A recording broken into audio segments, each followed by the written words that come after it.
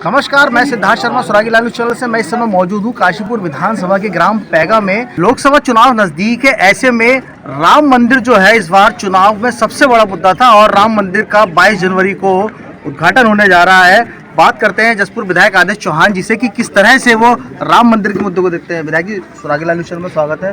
भाजपा इस समय राम मंदिर को लेकर बहुत देखिए, राम मंदिर कोई सरकार या कोई नहीं बना। राम मंदिर की स्थापना सुप्रीम कोर्ट के निर्णय के बाद हुई। दो भाइयों में विवाद था, हिंदुओं और मुस्लिमों में। दोनों मुकदमे लड़ने सुप्रीम कोर्ट पहुंचे और सुप्रीम कोर्ट का जो निर्णय हुआ वो जनता ने स्वीकार किया पूरे भारत में, और उसी के तहत इसमें स्थापना हो रही है। और रामलला की मूर्ति की स्थापना पूजा पहले से होती है।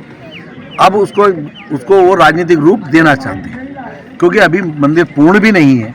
लेकिन 2024 क्योंकि जो चुनाव एमपी का आने वाला है भारत सरकार का, उसको मुद्दा बनाने के लिए वो जल्दी आनंद फानंद में उसकी पूजा पद्धति कर रहे हैं। कांग्रेस इस तरीके से देखते हैं कि चुनावी वर्ष है, ऐसे में 5 लोकसभा सीट है उत्तराखंड में।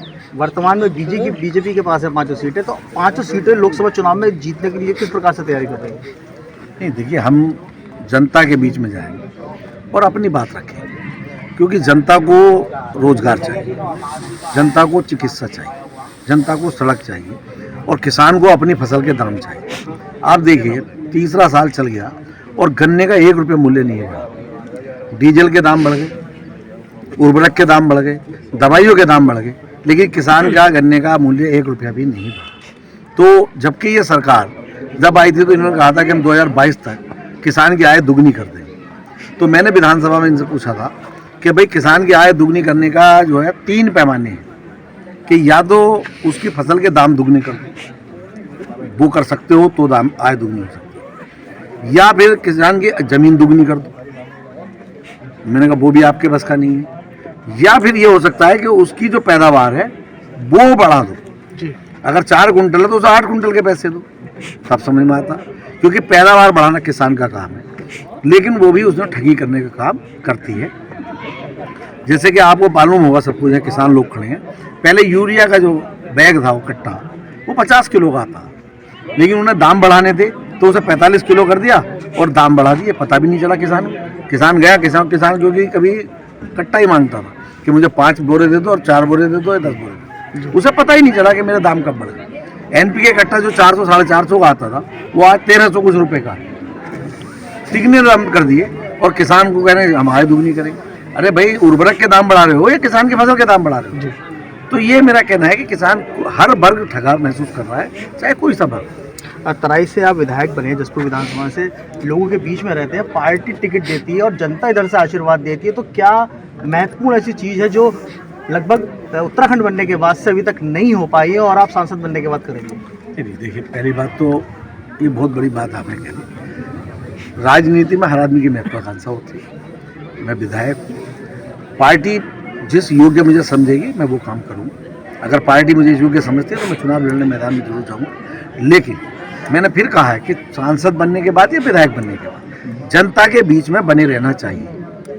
अभी जो बताया जा रहा था कि हमारे सांसद को 5 साल बीत गए और वो क्षेत्र में ही नहीं घूमा, वो बड़े लोगों के यहाँ चाय नाश्ता किया और वापस चले।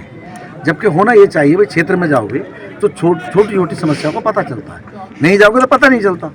तो इसलिए जो है, जब बनने के बाद कोई भी आदमी, अगर आदमी जनता के वोटों से बन के जाता है और वो अपने को बड़ा समझता है तो ये गलत है। जनता सर्वोपरि है और जनता के दुख दर्द में खड़ा होना चाहिए।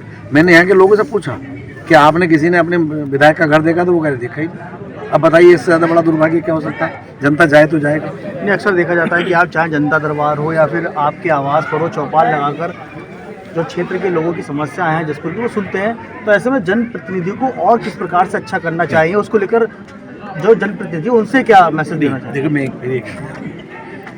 जनता को कुछ नहीं चाहिए, ना तो किसी की ज़मीन कब्जा नहीं है। जनता को क्या चाहिए कि उसका पुलिस उत्पीड़न ना करे, वो राजस्व विभाग में अपने काम को जाए, वहाँ उसका उत्पीड़न ना हो।